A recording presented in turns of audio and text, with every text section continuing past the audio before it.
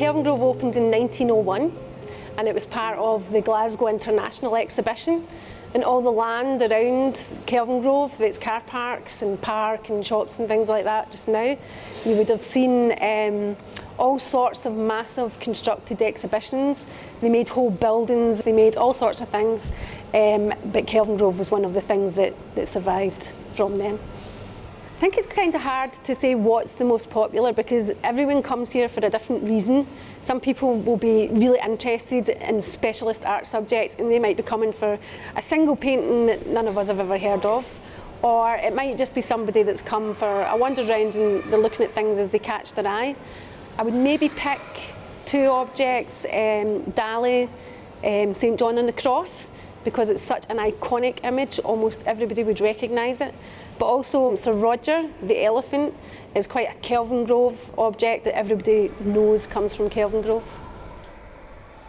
Probably one of my favourite artists is Dante Gabriel Rossetti because I did my PhD on him and I've been very interested in his work for a long time, and we do have a wonderful pre-Raphaelite collection here at Glasgow.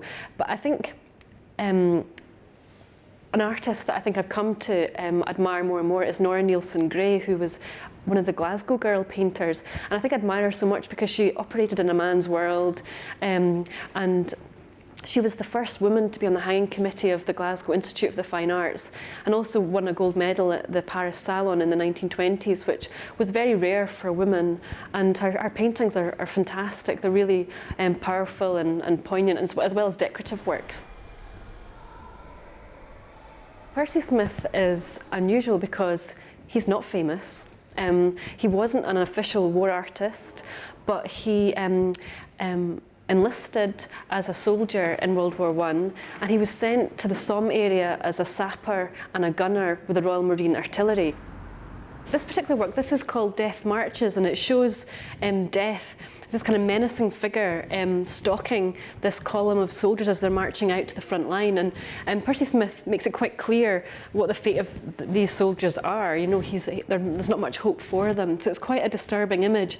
And the way that they just all look forward uniformly is quite an anonymous kind of image, and it just shows that they were really battle fodder and there wasn't much hope for these guys. The works here, the Dance of Death series, they're very interesting because they look back to the theme of the Dance of Death, which was popular in the 15th and 16th century, particularly in German art and printed books, and also within churches and stained glass windows, for example.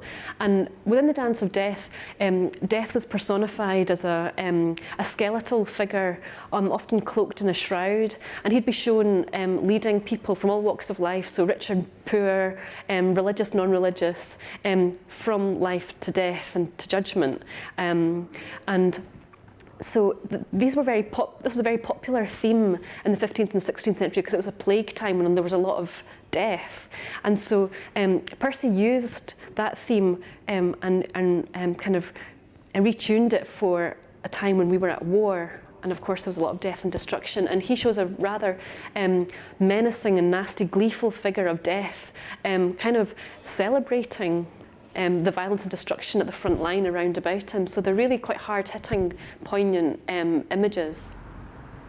This etching is called Death Intoxicated, and it's interesting because it shows death literally dancing while a British soldier is about to bayonet a German soldier, and it's the British soldier who appears monstrous, wearing a gas mask and with his weaponry, and it's the German soldier that appears to be the vulnerable victim. And this makes this work even more controversial because Percy Smith's sympathies are unclear, and it certainly wouldn't have got past censorship from the War Office during the war. And so I think it's quite important that Percy Smith's series here was printed in 1919 after the war, so it didn't have to face censorship because it is quite critical of the war. And also the whole Dance of Death theme actually is a German theme, and one that was used by the Germans in war medals and coins produced during the war as well. So it was quite a controversial theme for Percy Smith to have taken up.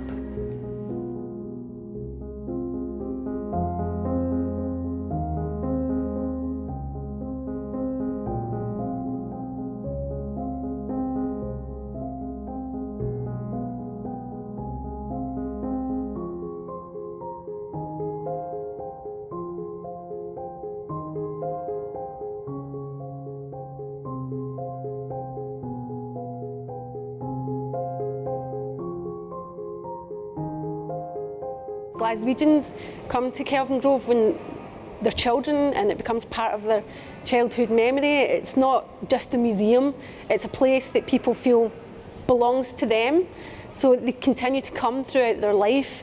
Glaswegians, especially more than any other city people, come to their museums, which is brilliant. We have an internationally recognised collection. You've got things like the Dali, you've got the French Impressionists, you've got Dutch 17th century art, you've got the Scottish colourists, you've got things that are known worldwide, and those things bring tourists to Glasgow and to Kelvingrove.